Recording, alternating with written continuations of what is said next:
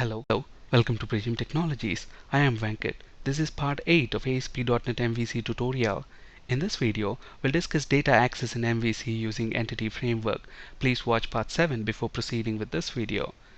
Now, the controller responds to a URL request, gets data from a model, and then hands the data over to the view. The view will then render the data. Model can be either entities or business objects. And if you remember, in part 7 of this video series, we have built this employee entity, which is going to act as the model in our MVC application. And if you remember, this employee entity is actually residing within the models folder of our MVC application. So here we have this employee class with this 4 auto-implemented properties. And within the employee controller class, look at this, we're actually creating an instance of this employee object, and notice that the employee data is actually hard-coded within this controller action method, and then we are passing this employee object to the view for rendering. Okay, but in reality we actually retrieve the employee data from a database table. So here I have this table TBL employee, so we want to retrieve data from this table and then build our employee model object and then hand that employee model object to the view, which will then render that employee. Okay, so let's see how to retrieve employee data using Entity Framework. Now, if you remember, your models can be either entities or business objects. In this video, we're going to use this employee entity and we're going to retrieve data using Entity Framework. In a later video session, we are going to discuss using business objects as our models. If you remember, business objects contain both state and behavior. Okay, so obviously in this video we are going to use Entity Framework to retrieve data from this table TBL employee. Obviously, to do that, the first step is to install the Entity Framework, and the easiest way to do that is by using NuGet Package Manager. So let's flip to Visual Studio, click on Tools, select Library Package Manager, manage NuGet packages for solution. So this should open up NuGet Package Manager, and look at this. At the moment, it's showing all the packages that are available for installation. Now, on my machine, I have Entity Framework already installed, and that's why I have this green tick mark here. If I don't have this installed on my machine, then I get a button like this, Install. Okay, so at the moment I don't have jQuery installed, so I have this button with install. Once you click that, it should automatically install that package, and then it should add a reference to that assembly. So since I have Entity Framework already installed on my machine, look at that, there is a reference added to Entity Framework. Okay, so that's the first step. And the second step is to add employee context.cs class file to the models folder. Let me add this class file and then we'll discuss the purpose of it. So let's flip to Visual Studio. So right click on the models folder, add a class file, and let's call this employee context. So employee context.cs. So let me actually copy a bit of code here and then we'll discuss the purpose of this employee context class. So if you look at this class, employee context class, it's inheriting from another class called DB context. So where is this DB context class present? First of all, we are getting a compilation error. Let's fix the compilation errors, and to do that, let me press Control dot. And look at this. This DB context class is actually present in system.data.entity namespace. So let's go ahead and use that using declaration. So using system.data.entity, and this DB context is present within that namespace. Alright, so this employee context class inheriting from DB context. So what is the purpose of this employee context class? The purpose of this class is to actually establish a connection to our database. So this table TBL employee is actually present within the sample database. So this employee context class is going to establish a connection to our database. Okay, since it's deriving from DB context, this base class is going to do all that for us. And if you look at this employee context class itself, it has got this property employees, a public property, which is returning a DB set of employees. So I'm going to get all the employees that are present in this table TBL employee. And how am I going to get them? Using this property employees of this employee context class. Okay, so that's the second step. What's the third step? Obviously, if this employee context class has to create a connection, it needs to know about the connection string information. And what is the perfect place for connection strings? Web.config file. So the next step is to actually add a connection string to our web.config file, and to the web.config file that's presented within the root directory of our MVC application. So let me open this web.config file. Look at this. I already have a connection string here, and look at the name of the connection string. It's employee context. The name of this connection string matches with the name of our class, employee context. Okay, so when I create an instance of this class, it's going to look for a connection string with that name within web.config file. So we have a connection string there with that name, and then it's going to use this connection string. So obviously, if you look at the connection string itself, the server is dot, meaning the local installation of SQL Server, and then the database name is sample. I am using Windows authentication. The provider name is system.data.sql client, meaning it's SQL Server. Okay, so that's the third step. Add a connection string to the web.config file that's present in the root directory of your MVC application. And the fourth step, which is very important, look at this. By default, the MVC framework, look at the name of our entity. It's employee. So by default, the entity framework is going to look for a table with that name employee. But then what's the name of our table?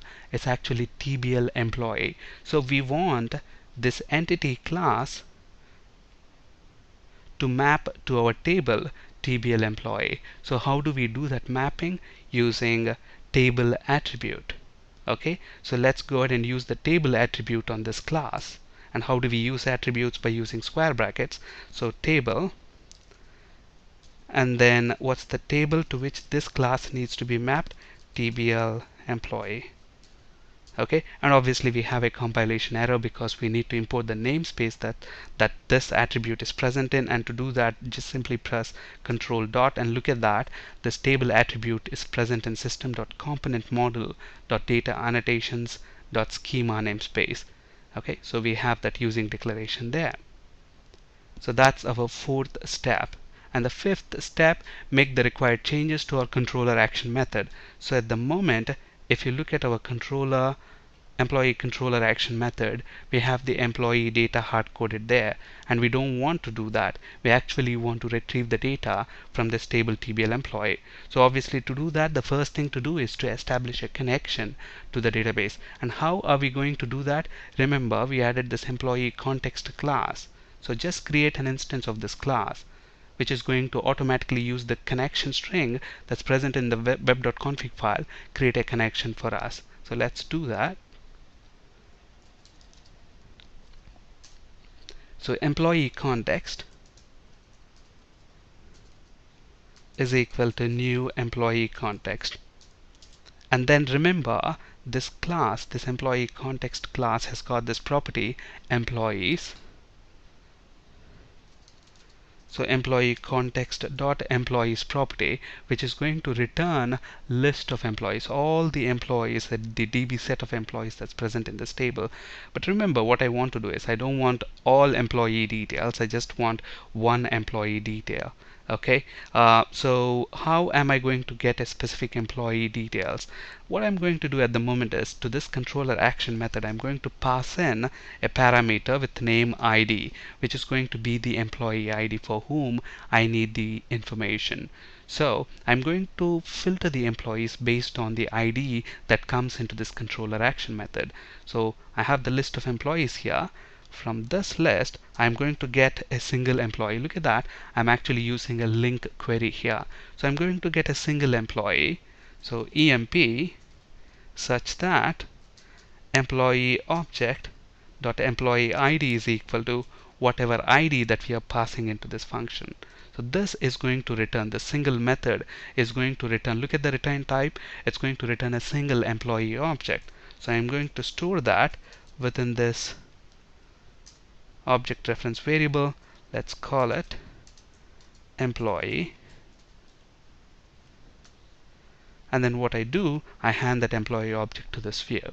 Now We will discuss about entity framework in a very great detail in a later video series, and similarly we'll also talk about link in a later video session. So here we are trying to understand how to populate our model with data from a database table using entity framework.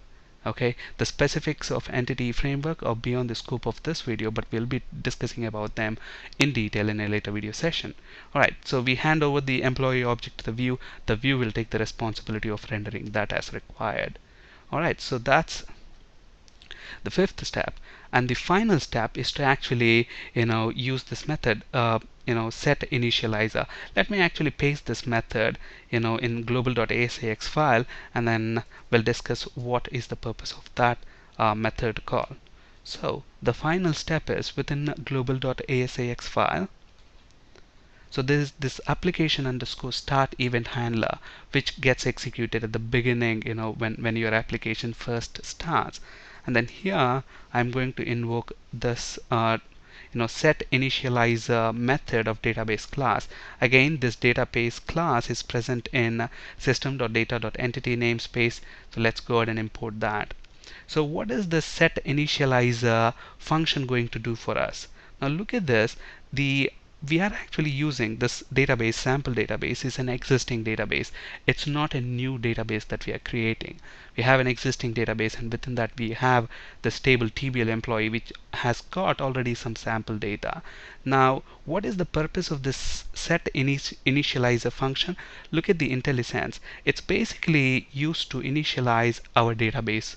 Okay, if you don't have the database already created, it's going to create a database for you, create tables for you, and populate them with some sample data. But then we already have the database, the tables, and the data, so we don't want any initialization strategy. So for our employee context object, I am passing null, specifying that I don't want to have any database initialization strategy. So that's the importance of this line. Okay, so that's it. These are all the changes that are required. So let me now go ahead and run this application. So obviously when we first run this application, it's going to make use of the home controller and the index action method, but we actually want to go into employees controller, details action method within employees controller.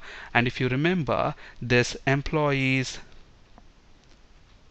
details action method, see employee controller, it has got details action method, and notice this has got an ID parameter. So now if you look at the URL here, I am passing ID of 1, so that will be passed into this controller action method, and then this employees property is going to return the database set of employees, but then out of them I only want the employee whose ID is 1, because we are filtering here using the single link method. Okay, which is going to return the employee with ID 1, which is then passed to this view. So now let me actually press enter there. We should get the employee ID with 1. So employee with ID 1 is Mark, and we have his information there. So similarly, if I want Mary record, all you need to do is pass an ID of 3. Look at that, I get Mary's record. Alright. On this slide, you can find resources for ASP.NET, C# and SQL Server interview questions. That's it for today. Thank you for listening. Have a great day.